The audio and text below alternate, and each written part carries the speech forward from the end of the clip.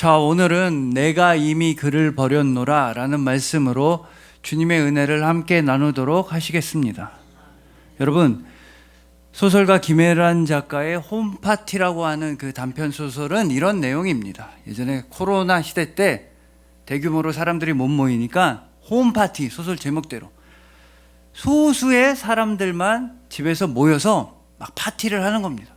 근데 진짜 파티라는 단어에 걸맞게 거기서 파티를 하는 사람들은 꽤나 사회 상류층, 돈도 많고 직업도 좋고 아주 영향력도 많이 끼치는 아주 잘 나가는 사람들 몇 명만 모여서 파티를 했습니다. 그런데 그 자리에 이 소설 주인공도 초대를 받아서 가게 됩니다. 이 소설 주인공은 하지만 되게 잘 나가는 사람, 부자 엄청난 사람은 아니었고 그냥 40대 여배우였습니다. 그래서 연극을 주로 무대에서 활동하고 가끔 TV도 나오고 드라마도 나와서 사람들이 보면 어디선가 얼굴 본 정도, 아 배우구나 알 정도의 그런 배우가 주인공이었습니다. 원래 멤버가 아닌데 어떻게 초대받았느냐 하면 그 멤버 중에 한 명이 학교 후배인데 누나 와서 내 체면 좀 살려줘. 나 누나랑 배우랑 친하다고 했는데 누나가 와서 내 면 좀 살려줘. 사람들도 배우가 오면 좋아할 거야. 그래서 갔습니다. 가서 파티를 하고 이런저런 얘기를 하는데 집주인이 이런 말을 하는 겁니다. 자기는 아이들을 참 좋아하고 예뻐해서 고아원에 가서 봉사활동을 자기는 많이 한다는 겁니다. 근데 고아원에서 봉사활동하다 보면 원장 선생님이 이런 말씀을 해주실 때가 제일 마음 아프고 안타깝고 한심하기까지 하다는 겁니다. 그 고아원 원장 선생님이 무슨 말씀을 하시냐면 고아원에서는 만 18세가 되면 나가야 된다는 겁니다. 이제 더 이상 같이 살 수 없고 나가야 된다. 어른이니까. 그때 나라에서 정부에서 500만 원의 정착 지원금을 준다는 겁니다. 그동안 고아원에서 살았지만 성인에서 나갈 때 그냥 나갈 수 없으니까 500만 원을 준다는 겁니다. 그러면 그 500만 원으로 여러분은 무엇 하시겠습니까? 여러분이 그런 처지라면 500만 원으로 무엇 하시겠습니까? 그 소설 속에 얘기를 듣던 파티 참가자들은 다 이렇게 대답했습니다. 집부터 구해야죠. 오갈 데가 없는데 집부터 구해야죠. 나라면은 한 보증금 300에 월세 30만 원짜리 원룸을 구해서 6개월 동안 그동안 알바도 하고 일도 하면서 월세를 벌 것 같습니다. 어떤 사람 나는 고시원에 살면서 돈을 아껴서 어쨌든 집부터 구해야죠. 다들 그렇게 말할 때 집주인이 씩 웃으면서 얘기를 하는 겁니다. 근데 고아원 원장 선생님 뭐라 하시는지 아세요? 아이들이 500만 원을 받게 되면 정착지원금 성인이 돼서 고아원에서 나갈 때 정부에서 500만 원을 주면 그 돈으로 대부분의 아이들이 가장 먼저 500만 원짜리 명품백을 삽니다. 그 얘기 듣고 거기 모인 사람들도 왜 한심하게 그 명품백을 왜 사는 거야? 그 돈으로 당장 집부터 구해야지. 왜 오갈 데도 없는데 명품백을 500만 원짜리 사고 뭐 하는 거야? 답답해 한심해 라는 반응을 볼 때 우리의 주인공은 이렇게 말합니다. 그게 제일 쉬운 방법이라서 그런 건 아닐까요? 500만 원짜리 명품백 사면 안 되는 걸 알지만 500만 원짜리 명품백을 사는 거야말로 내 가난을 감추기에 제일 쉬운 방법이라서 그런 건 아닐까요? 먹는 걸로 가난한 티를 안 내는 거 얼마든지 가능합니다. 남들 안 볼 때 먹고 나 집에 혼자 있을 때 먹고 아예 안 먹어버리든가 아니면 나 혼자 삼각김밥 먹는가 편의점에서 컵라면 먹으면 됩니다. 먹는 걸로는 내 평생 지긋하게 부터운 가난하다는 거 티 안 낼 수 있습니다. 사는 걸로도 내가 어디 사는지 말 안 하면 되고 우리 집에 누구 안 부르면 되고 초대 안 하면 됩니다. 사는 걸로도 내가 가난하다는 거 남들은 모를 수 있습니다. 하지만 내가 가난하다는 걸 숨기기 위한 제일 좋은 방법은 아마도 명품백을 사는 것, 그래서 어린아이들이 사는 건 아닐까요? 라고 주인공은 말을 한 겁니다. 여러분, 물론 그렇다고 해서 그 500만 원으로 명품백을 산 게 잘했다는 뜻은 절대 아닌 겁니다. 그거는 좋은 일이라고 할 수는 없을 겁니다. 하지만 그 마음만큼은 어느 정도 이해가 된다는 겁니다. 사회에서 어른들이 하도 겉으로 보여주는 그런 어떤 명품이라든지 돈으로 인해서 사람을 평가하는 세상이 되어버렸으니까 그 어린 아이들도 그게 자기 몸의 내면화가 된 겁니다. 명품을 사면 사람들이 나를 가난한지 모르겠지, 나를 인정해 주겠지. 하지만 오늘 본문은 하나님은 말씀하십니다. 그럴 필요도 없고 그럴 이유도 없고 그래서도 안 됩니다. 사람을 겉모습으로 외모로 판단하거나 함부로 평가해서는 절대 안 되는 것입니다. 하나님 오늘 본문에서 말씀하십니다. 나는 외모를 보지 않는다. 나는 사람의 중심을 본다. 여러분, 하나님은 정말로 여러분의 중심을 보십니다. 여러분 중심 안에 있는 믿음을 보시고, 여러분 영혼 안에 있는 충성을 보시고, 여러분의 마음 안에 있는 순수한 신앙을 바라보십니다. 그리고 여러분들의 믿음과 충성과 헌신을 30배, 60배, 100배로 칭찬하여 주십니다. 참 잘했다. 착하고 귀하고 충성된 종이라고 여러분을 칭찬하여 주십니다. 왜냐하면 하나님 아버지는 여러분을 겉모습이나 외모로 바라보시는 게 아니라 여러분을 바라보실 때 예수 그리스도 안에 있는 여러분을 보시기 때문입니다. 예수님 안에 여러분들은 있습니다. 이 사랑을 세상 어떤 것도 끊을 수가 없습니다. 예수님은 영원토록 여러분을 품어주십니다. 즉 여러분들은요, 예수 그리스도의 중심 안에 있는, 예수님의 영혼 안에 있는 여러분들은 예수님의 가장 귀한 보물이라는 것입니다. 그래서 오늘 본문 말씀을 통해서 충성과 헌신과 봉사로서 우리 왕 대신 예수 그리스도의 몸된 교회를 아름답게 세워나가는 우리 모두가 되기를 소망해 봅니다.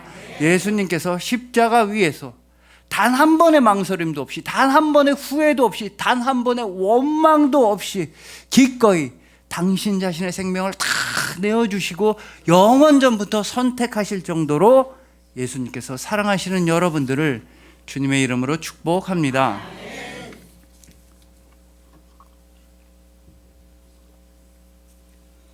자, 오늘 보면은 잘 아시겠지만 이제 이스라엘의 초대왕 사울 왕이 잘못을 많이 저질러서, 나쁜 일 많이 해서 하나님이 너 아웃, 사울 왕 너 끝이다, 왕자리에서 끌어내리겠다, 선지자 사무엘아 새로운 사람을 왕으로 세워라, 저기 베들레헴 가면 이새의 아들 중에 왕 될 사람 있으니까 기름 부어서 새로운 왕으로 세워라. 즉 왕이 교체되는 사이에 있었던 일입니다. 그리고 선지자 사무엘은 사울 왕이 왕자리에서 쫓겨났을 때, 하나님이 그렇게 결정하셨을 때 너무나 슬퍼서 슬퍼하고 있었습니다. 그런데 그렇게 슬퍼하는 사무엘을 향해서 하나님은 좀 매정해 보이는 말씀을 하십니다. 오늘 본문 앞에 있는 사무엘상 16장 1절에서 하나님은 사무엘한테 이런 말씀을 하셨습니다. 언제까지 슬퍼하겠느냐? 네가 그를 위하여, 네가 사울 왕을 위하여 언제까지 슬퍼하겠느냐? 여러분, 좀 매정한 말씀입니다. 왜냐하면 이 사울 왕은요, 선지자 사무엘이 거의 업어서 기른 자식이나 다름없습니다. 아무것도 모르는 순수한 청년일 때 선지자 사무엘은 사울이란 청년을 발탁해서 기름도 붓고 왕으로 세워주고, 사울 왕이 힘든 일이 있으면 조언도 해주고 도와주고, 잘못한 일이 있으면 야 그러지 마라 얘기해주고, 진짜 가슴으로 낳은 자식, 업어 키운 자식이나 다름없는 게 선지자 사무엘한테 사울 왕입니다. 근데 그 사울 왕이 하나님한테 버림받아서 쫓겨난다고 하니까 슬퍼서 막 눈물 흘리면서 통곡하면서 슬퍼하고 있는데, 그럴 수 있지 않습니까? 마음으로, 인간적으로 자기가 정말 업어 기른 자식이 하나님한테 버림받아 너무 슬퍼서 울고 있는데 하나님은 매정해, 너 언제까지 슬퍼하겠느냐? 너 언제까지 그를 위하여, 사울을 위하여 슬퍼하겠느냐라고 말씀하신 거예요. 근데 여러분, 이건 하나님께서 선지자 사무엘을 막 혼내시고 타박하신 게 아니라 진짜 위로를 주시기 위한 말씀이었습니다. 이 말씀에는 하나님께서 주시는 위로가 나와 있는데, 보이지 않는 위로도 있으며 앞으로 드러나게 될 위로도 있습니다. 하나님은 사무엘을 정말로 위로해 주시기 위해 네가 언제까지 슬퍼하겠느냐 라고 말씀하신 겁니다. 여러분, 우리가 누군가 아파하는 누군가를 위로해 줄 때 제일 먼저 해줘야 하는 일이 무엇인지 저는 대학교 1학년 때 뼈저리게 깨달은 적이 있습니다. 대학교 1학년 때 저희 과반에서 아주 큰 난리가 난 적이 있습니다. 제 동기, 저랑 동기인 여자애가 한 학번 위에 선배, 그러니까 저희한테 한 학번 위에 선배 형을 사귄 겁니다. 그럴 수 있지 않습니까? 신입생이 한 학번 위에 선배 오빠랑 사귀고, 그러다가 그 형이 군대를 간 겁니다. 그럼 군대 가면 무슨 일이 벌어집니까? 이제 얘가 고무신을 거꾸로 신는 겁니다. 그럴 수 있지 않습니까? 그것까지 뭐 어떻게 군대 갔는데 꼭 기다리는, 결혼도 안 했는. 근데 왜 난리가 나고 문제가 됐냐면, 얘가 고무신을 거꾸로 신은 상대가 전에 사귀던 남자친구의 동기, 사귀던 오빠의 친구랑 바람이 나서 그래서 고무실 거꾸로 신는 거예요. 그러니까 막 저희 난리야. 왜냐면 군대 간 형이 저희랑 친한 형, 남자들이랑 친한 형, 막 축구팀이고 그래서 막 화가 나서 이게 어떻게 되느냐 화내고 막 어떤 형은요 막 화가 난다고 쟤네들 꼴도 보기 싫다고 자기 화난다고 벽을 발로 팍 쳤다가 자기가 뼈에 금이 가서 자기 왜 화를 그렇게까지 내는지 모르겠는데 막 뒤집어진 겁니다. 막 바람 났는데 막 이렇게 사귀다 막 그래 어떡하냐. 그러다 드디어 모든 사람들이 절반은 두려워하고 절반은 기대하던 그날이 찾아왔습니다. 그 선배가 군대에서 휴가를 나온 겁니다. 학교에 오는 겁니다. 그러면 와, 저 형이 막 화가 나서 싸움, 이게 약간 두려움과 기대감 막 이렇게 있는데 그 형이 그 둘과 얘기를 하고 오겠다. 너네는 기다려라. 뭐 친구랑 후배들한테 얘기를 하고 오겠다는 겁니다. 뭔 얘기할지 모르요. 셋이 뭐 삼자 대면을 하고 막 오겠다는데 막 한참 기다려도 안 오고 막 연락도 못 하겠는데 밤 12시 넘어서 그 형이 얘기 다 끝났다고. 이제 좀 모여보라는 겁니다. 근데 그 늦은 시간에는 별로 식당 같은 데가 좀 감자탕집에 다들 모였습니다. 그 형한테 형 어떤 일 있었어요? 막 친구들도 물어보니까 그 형이 나 진짜로 사랑했다. 나 너무 사랑했어. 그래서 어떡하겠니? 보내줘야지. 눈물 글썽이면서 막 이렇게 말하는 겁니다. 다들 숙연해져서. 그래서 갑자기 또 화내고. 근데 내가 그 여자 남자를 내가 막 가만두지 막 화내다가 그래서 나 진짜로 사랑했어. 난 진짜 진심이었어. 그래서 어떻게 진짜 사랑은 보내주는 거야. 그래 또 갑자기 근데 너무 열받아서 내가 그 남자는 그 얘기를 계속 하는 겁니다. 그 얘기를 막 1시간, 2시간, 3시간 똑같은 얘기만 계속 하는 겁니다. 뭐 사랑했다, 슬프다, 보내준다, 눈물 계속 하는 거. 그때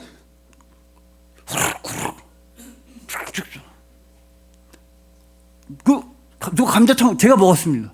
계속 똑같은 얘기만 하고 배고파서 제가 이게 다른 뭐 삼겹살 이런 거면 티 안 나게 조용히 먹을 수 있었는데 하필이면 감자탕이라 또 가난이 저도 몸에 배어 있어서 이거 등골까지 다 먹으려 쭉쭉 빨아 이상한 소리 들으니까 그 형이랑 정말 친한 제 친구, 그 형의 절친이라고 할 수 있는 후배 제 친구가 막 야 김주발 너는 지금 이 상황에서 목구멍으로 감자탕에 넘어가?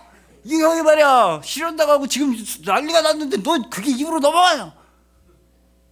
억울하지만 그 친구 말이 맞는 겁니다.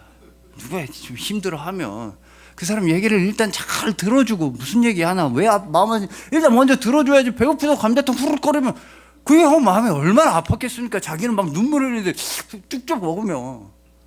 그래서 누군가를 위로해 주려면 우리는 그 사람의 이야기를 먼저 잘 들어주는 게 위로의 첫 번째 단계이며 이게 바로 하나님께서 선지자 사무엘에게 해주신 말입니다. 여러분, 하나님은 사무엘한테 네가 언제까지 슬퍼하겠느냐라고 분명히 말씀하셨습니다. 이건 무슨 뜻입니까? 선지자 사무엘이 하는 슬픔과 눈물의 말과 기도를 충분히 들어주신 분만 이 말을 하실 수 있는 겁니다. 선지자 사무엘이 슬퍼하려고 하기도 전에 어딜 슬퍼하려고 그래? 아예 슬퍼하지 마. 내가 죄를 버려서 왕에서 버린다는데 네가 왜 슬퍼해? 네가 왜 마음 아파해? 왜 네가 내 뜻을 감히 거역하는가? 슬퍼하지조차 하지 마. 슬퍼할 흉내도 내지 말고 슬퍼할 생각도 하지 마. 이러신 게 아닙니다.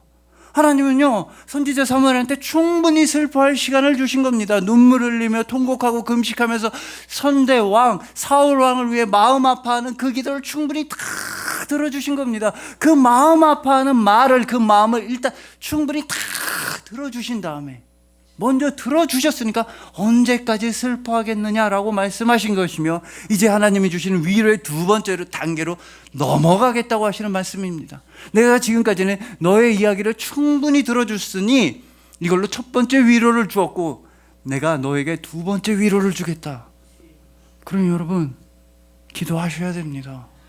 슬프고 힘든 일이 있을 때 선지자 사무엘처럼 마음 아픈 일이 있을 때 하나님께 기도하셔야 합니다. 하나님은 여러분의 기도를 일단 다 들어주십니다. 그게 좋은 기도인지 나쁜 기도인지 상관이 없습니다. 일단 하나님께 하십시오. 결정은 하나님이 하십니다. 하나님은 여러분들의 눈물의 기도 일단 모두 다 들어주십니다. 모두 들어주신 다음에 진정한 위로, 두 번째 위로의 단계를 여러분들에게 베풀어 주십니다. 네가 언제까지 슬퍼하겠느냐? 그 다음에 하나님은 두 번째로 선지자 사무엘에게 일을 주셨습니다. 일단은 슬퍼하니까 슬픈 얘기를 다 들어주신 다음에 그 슬픔을 이겨낼 수 있도록 보람과 기쁨과 소망이 될 수 있는 일과 소명을 선지자 사무엘에게 주셨던 겁니다. 사울 왕을 위해 슬퍼하는 말 다 들어주신 다음에 사울 왕보다 훨씬 더 좋은 다윗 왕을 새롭게 세우는 일과 소명을 주심으로써 하나님은 선지자 사무엘을 위로해 주신 것입니다. 우리도 누군가의 이야기를 다 들어준 다음에 그와 함께 보람되고 소망이 되는 일을 하자고 해야 합니다. 교회에 나가보자. 함께 예수님께 기도해보자. 이렇게 소망이 되는 일을 해야지. 아니, 그 형이 슬퍼한다고, 형 되게 슬프겠다, 형 그냥 타령해버리자, 그 뭐 여자 잡으러 가야지 무슨 군대 복귀야, 그러면 어떻게 소망과 위로가 되겠습니까? 정말로 보람과 소망이 되는 일을 함께 하자고 권유해 줘야지 그 사람에게 진짜 위로가 되는 것입니다. 그리고요, 저는 이런 사람들을 너무나 잘 알고 있습니다. 제가 알고 있는 모든 종류의 사람들 중에 제가 감히 제일 잘 알고 있다고 감히 말할 수 있는 종류의 사람들이 이런 사람들입니다. 정말로 슬픈데 하나님이 언제까지 슬퍼하겠느냐라고 말씀하실 정도로 살아가는 일이 슬프고 힘들고 어려운데도 하나님께서 소명과 일을 주셨으니 그 소명과 일을 충성으로 감당하는 사람들, 너무나 힘든데도 하나님께서 주신 일만큼은 어떻게 해든 해내겠다는 그 충성으로 하나님의 소명을 감당하는 사람들, 제가 제일 잘 알고 있는 사람들이며 그게 바로 여러분들입니다. 특히나 교회에서 봉사하시는 여러분들입니다. 여러분, 교회에서 봉사하시는 분들, 식당에서 봉사를 하든 교회 청소를 하든 아니면 주차 봉사를 하든 아니면 헌금 수전할 때 도와드는 이 모든 봉사, 교회에서 봉사하시는 분들은요, 돈이 남아돌고 힘이 남아돌고 시간이 남아돌아서 봉사하는 게 절대 아닙니다.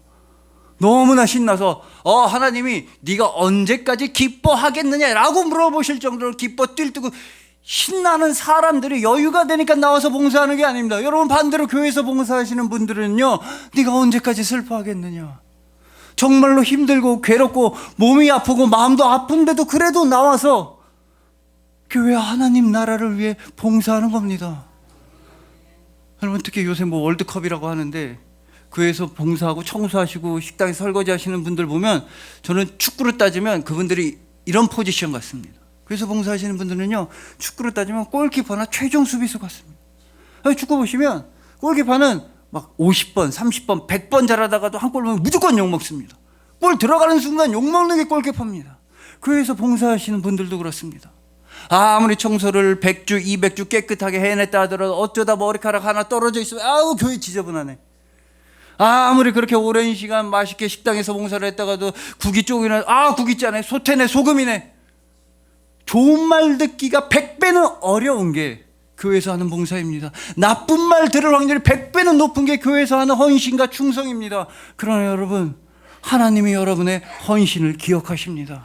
사람이 아니라, 사람은 여러분에게 나쁜 말을 할 확률이 100배로 높지만 하나님께서는 여러분들의 봉사 헌신을 30배, 60배, 100배로 기억하시고 칭찬하여 주시는 것입니다. 여러분, 선지자 사무엘을 보십시오. 하나님은 네가 언제까지 슬퍼하겠느냐라고 물어보셨습니다. 이건 너 왜 슬퍼하냐, 슬퍼하지 말라고 혼내시거나 타박하신 게 아니라 내가 너를 슬프지 않게 해주겠다. 너 슬퍼하고 힘들어하는데 내가 너의 슬픔과 힘듦 멈춰주겠다라는 말씀입니다.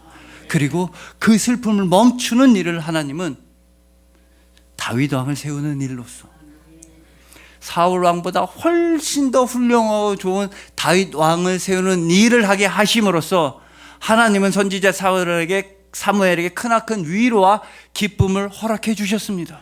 그런데 확실한 건 여러분들은 그런 사무엘보다 훨씬 더 큰 기쁨과 위로와 소망에 참여하고 있는 중이라는 것입니다. 왜냐하면요, 선지자 사무엘은 사울 왕보다 훨씬 더 좋은 다윗 왕을 세우는 일에 참여했다고 한다면 여러분들은요, 다윗 왕 따위는 비교도 안 되면 훨씬 더 좋고 훌륭한 왕을 세우는 일에, 완전하시며 완벽한 왕을 세우는 일에 여러분은 참여하고 있기 때문입니다. 바로 우리 왕 예수 그리스도의 몸, 바로 우리 왕이신 예수 그리스도의 몸된 교회를 아름답게 세워나가는 일에 여러분들은 참여하고 있으니 여러분들은 하늘나라의 가장 큰 위로와 소망이 임할 수밖에 없다는 것입니다. 그러니 부디 순전한 믿음과 참된 헌신과 봉사로서 주님의 몸된 교회를 세워 나가시는 일에 참여하시길 소망합니다. 예수님의 몸을 세우는 건 여러분들이 예수님의 지체라 그렇습니다. 예수님의 손과 발이라 그렇습니다. 근데 그 교회를 세워나가는 일, 교회에서 봉사하는 진짜 힘듭니다. 왜냐? 예수님의 손과 발에는요, 십자가 못자국이 나야만 했습니다. 가장 큰 아픔이 있어야만 했습니다. 교회에서 봉사하는 일, 가장 큰 아픔이 따르는 일일 수밖에 없습니다. 하지만 기억하십시오. 그 예수님의 손과 발의 못자국은 영광스러운 부활의 증거가 되었습니다. 예수님의 손과 발에 난 못자국이야말로 가장 큰 소망과 위로의 증거가 되었듯이 힘들고 어렵지만 주님의 몸된 교회를 세워나가는 일에 참여하는 여러분들은 부활의 영광에 참여하고 있음을 기억하시길 소망하는 것입니다. 우리 왕이신 예수 그리스도의 몸을 세워나가는 일에 예수님의 지체로서, 가족으로서 아름답게 참여하시는 여러분들을 주님의 이름으로 축복합니다.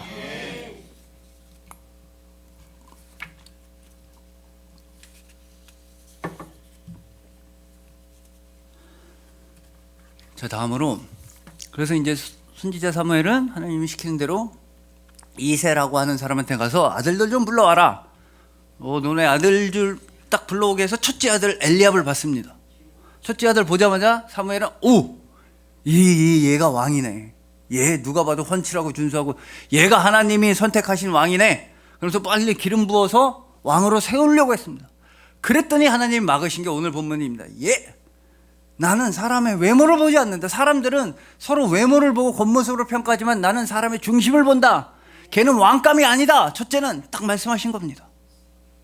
여러분, 아닌 게 아니라 우리는 정말 사람을 서로 외모로 섣부르게 평가하고 판단합니다. 단순히 얼굴이나 키, 몸매 이런 것만 본다는 게 아니라 요새는 서로 딱 봐서 무슨 차를 타고 다니는지, 어떤 브랜드의 옷을 입는지, 사는 동네가 어떻고, 어떤 아파트 살고, 무슨 자가인지 전세인지, 아니면 얼마나 좋은 직업이 있는지, 재산 정도가 어떤지, 이렇게 겉에 부착된 것들로, 겉모습으로 우리는 사람을 섣부르게 평가합니다.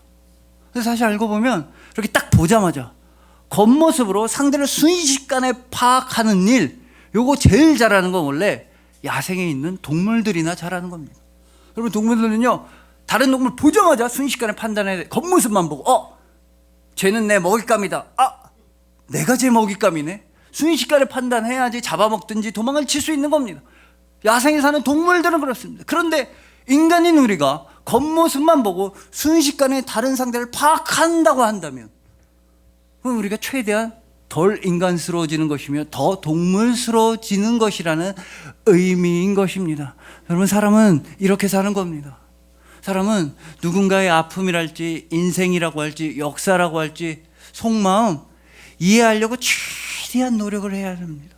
그 사람의 살아온 길에 대해서 최대한 섬세해지려고, 최대한 상처 주지 않으려고, 최대한 내가 제대로 한번 이해해 보려고 애쓰고 노력해야만 하며 그 노력을 멈출 때 우리는 정말로 덜 인간스러워지며 하나님이 보시기에 힘이 좋으셨던 모습에서 벗어나게 되는 것입니다.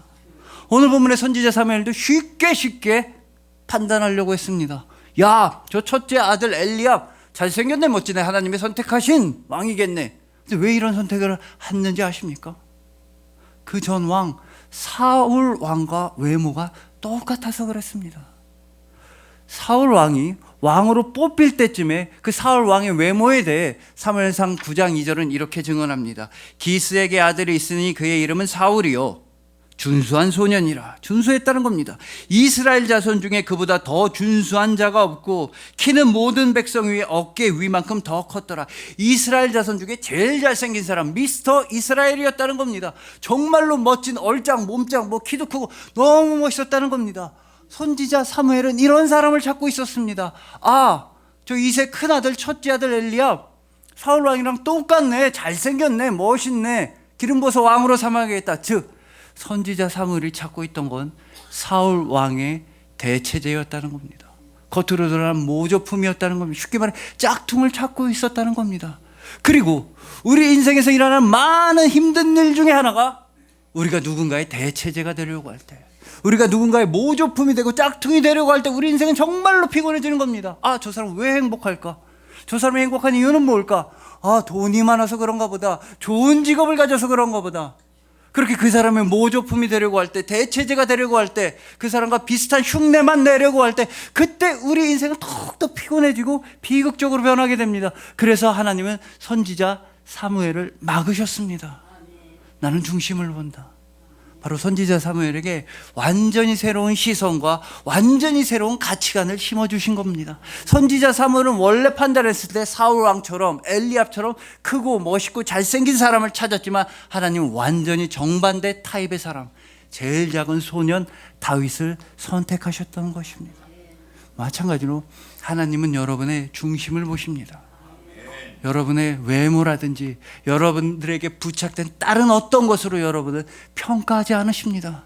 여러분 마음 안에 있는 믿음과 소망과 충성과 사랑을 바라보시고 크게 칭찬하여 주십니다. 왜냐하면 하나님부터가 여러분들을 완전히 다른 시선으로, 완전히 다른 가치관으로 평가하시기 때문입니다.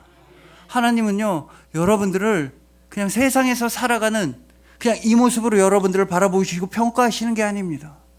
하나님은 여러분을 바라보실 때 항상 예수 그리스도 안에 있는 여러분을 바라보십니다. 돈이 많든지 적든지 간에 중요하지 않습니다. 몸이 건강하든지 않든지 간에 중요하지 않습니다. 하나님 아버지는 여러분을 항상 예수 그리스도 안에 있는 모습으로만 바라보십니다. 즉 모든 사람의 중심을 보시는 하나님 아버지께서는 예수 그리스도의 중심 또한 너무나 잘 보셨는데 예수님의 중심을 보셨더니 그 안엔 여러분들이 있었다는 겁니다. 예수님의 안에는 여러분들만 있었습니다. 여러분, 우리 왕 예수님을 기억하십시오. 예수님은요, 구약의 이사야서부터 예언되었습니다. 흠모할 만한 모습 없다, 얼짱 아니다, 멋있지 않다, 아름답지 않다. 결정적으로 예수님은 십자가 위에서 제일 지저분해지시고 제일 비참해지시고 제일 흉측해지셨습니다. 온몸이 다 찢기시고 그 피를 다 흘리심으로써 대신 예수님은 가장 비참해지심으로써 여러분들에게만큼은 그 보혈을 흘려 여러분을 아름답고 청결하게 씻어주셨습니다.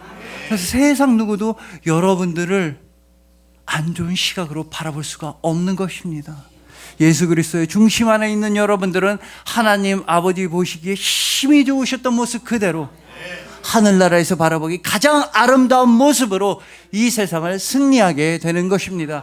그러니 부디 세상과 사람들을 바라볼 때 하늘나라의 시선과 하늘나라의 가치관으로 바라보시길 소망합니다. 진짜 그것만큼 있는 일이 없습니다. 저 사람이 나를 어떻게 생각할까라는 나의 생각에 사로잡히는 것만큼, 다른 사람들의 시선으로서 나를 검열하는 것만큼 피곤하게 살아가는 일이 없는 겁니다.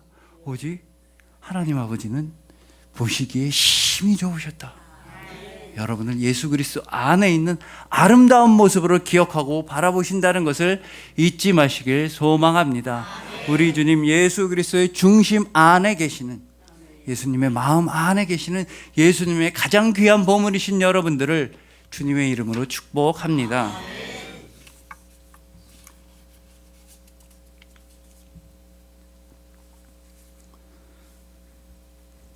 자, 이제 오늘 본문 이후에 이제 선지자 사무엘은 하나님한테 딱 교육을 받고 제대로 학습이 되게 됩니다.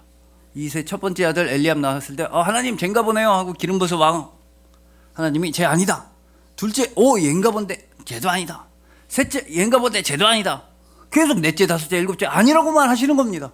일곱째까지 다 지나갔는데도 이세 모든 아들이 나왔는데, 쉽게 말해서 왕 후보, 대통령 후보가 다 지나갔는데도 하나님은 아니라고 하시는 겁니다. 그러면 이전까지의 선지자 사무엘이라고 한다면, 이전까지 사람을 외모와 조건으로만 판단하던 우리였다고 한다면 반드시 질문했을 겁니다. 반드시 하나님한테 질문했을 겁니다. 하나님, 이 중에서 찾아보셔야죠. 차림 반찬이 이거밖에 없습니다. 첫째부터 한번 다시 보십시오. 하나님한테 되물었을 겁니다. 하나님, 그 선택 잘못된 거 아닙니까? 첫째부터 다시 한번 봐보십시오. 그러나 하나님 아버지의 마음을 알게 된 선지자 사무엘은 하나님한테 질문하는 게 아니라 반대로 그 아들들의 아버지인 이새한테 질문했습니다. 오늘 본문에 이어지는 11절에서 이렇게 질문합니다. 또 사무엘이 이새에게 이르되 내 아들들이 다 여기 있느냐? 여러분 보십시오. 보통 사람 같으면 이새한테 질문 안 했을 겁니다. 하나님한테 질문했을 겁니다. 하나님 왜 여기서 아들 중에 왕이 있다면서 왜 선택 안 하시는 겁니까? 하지만 하나님의 마음을 알게 된 사무엘은 하나님이 아니라 이새한테 질문했습니다.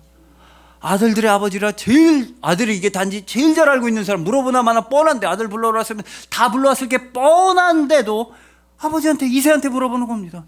이 아들들이 너 가진 아들 전부냐?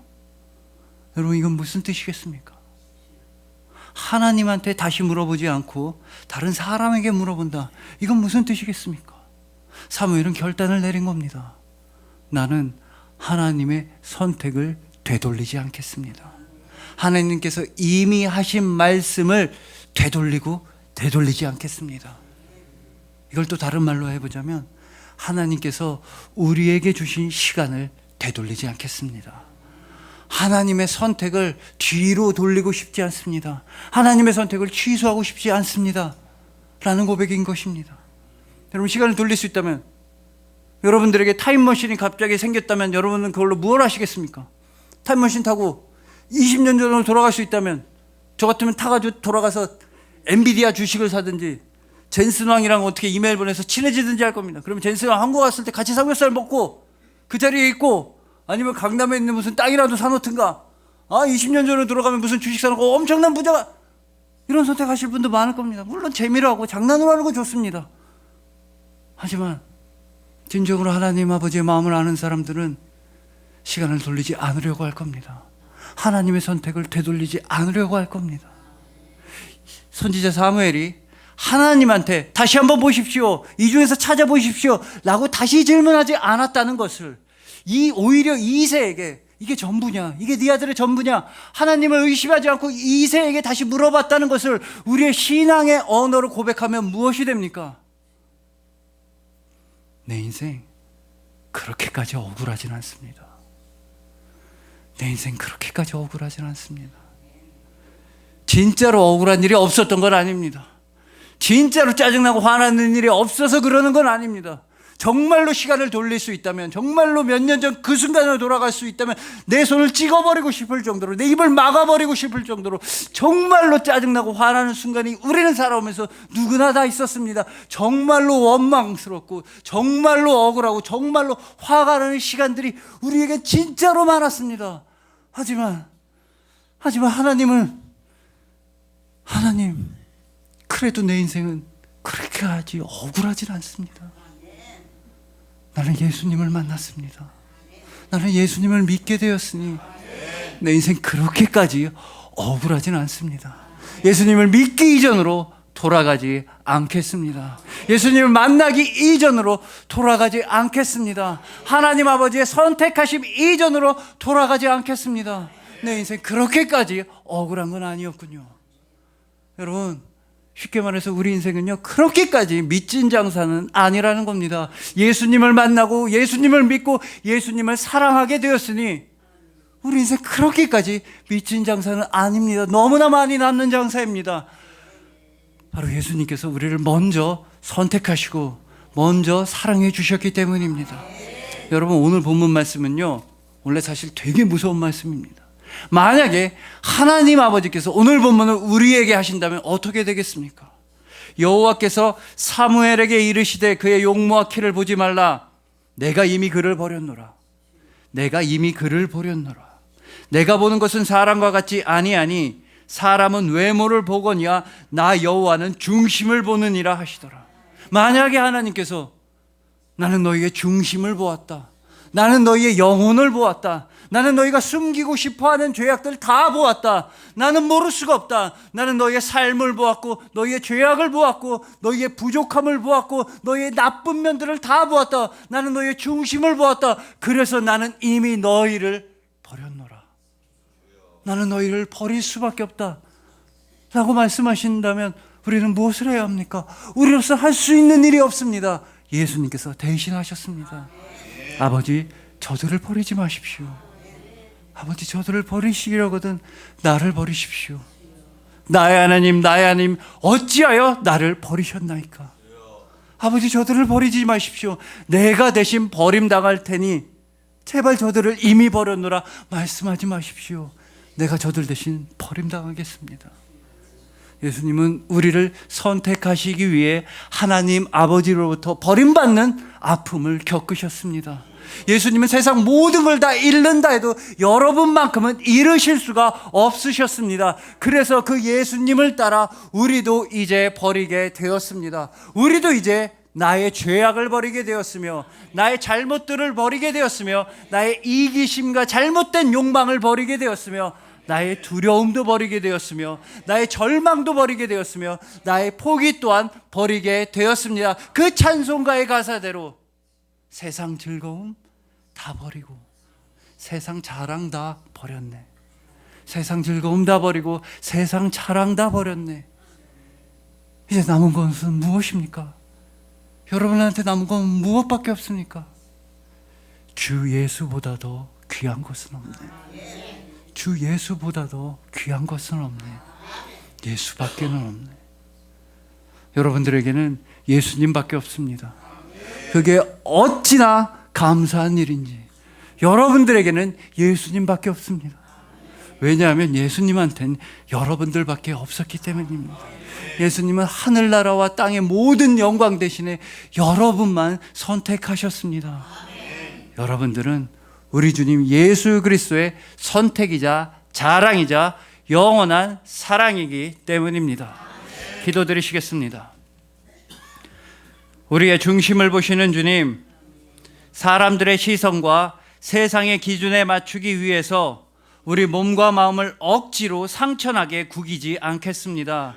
중심을 보시는 하나님만 의지하겠습니다. 우리의 작은 믿음도 크게 칭찬하시는 아버지의 사랑으로서 나답게, 그리스도인답게, 성도답게 지내겠습니다. 누군가의 모조품이 아니라, 다른 사람의 대체제가 아니라 하나님 앞에 단독자로서 주눅들지 않고 승리합니다. 우리의 기도를 다 들어주시고 우리에게 할 일을 주시니 감사합니다. 우리의 기도가 하늘나라에 상달된다는 확신을 주시고 우리가 하는 일이 하늘나라에 도움이 된다는 보람을 주시니 감사합니다. 다른 사람들이 함부로 하는 말, 쉽게 하는 그 말들이 나의 상급을 함부로 쉽게 깎아내리지 못합니다. 하나님 아버지께서 우리 수고를 알고 계시니, 기억하여 주시니 오늘도 주눅들지 않습니다. 정말로 괜찮습니다. 그러니까 우리는 그렇게까지 억울하진 않습니다. 예수님을 만났으니 내 인생 되돌리고 싶지 않습니다. 예수님 한 분만으로 충분합니다. 예수님 한 분만으로 감사합니다. 예수님밖에 없습니다. 우리는 예수 그리스도의 선택이며 자랑이며 사랑입니다. 가장 비천해지시고 가시면류관을 쓰심으로써 우리를 가장 아름답다고 선포하여 주신 우리 왕, 우리 주님 예수 그리스도의 이름으로 기도합니다. 아멘.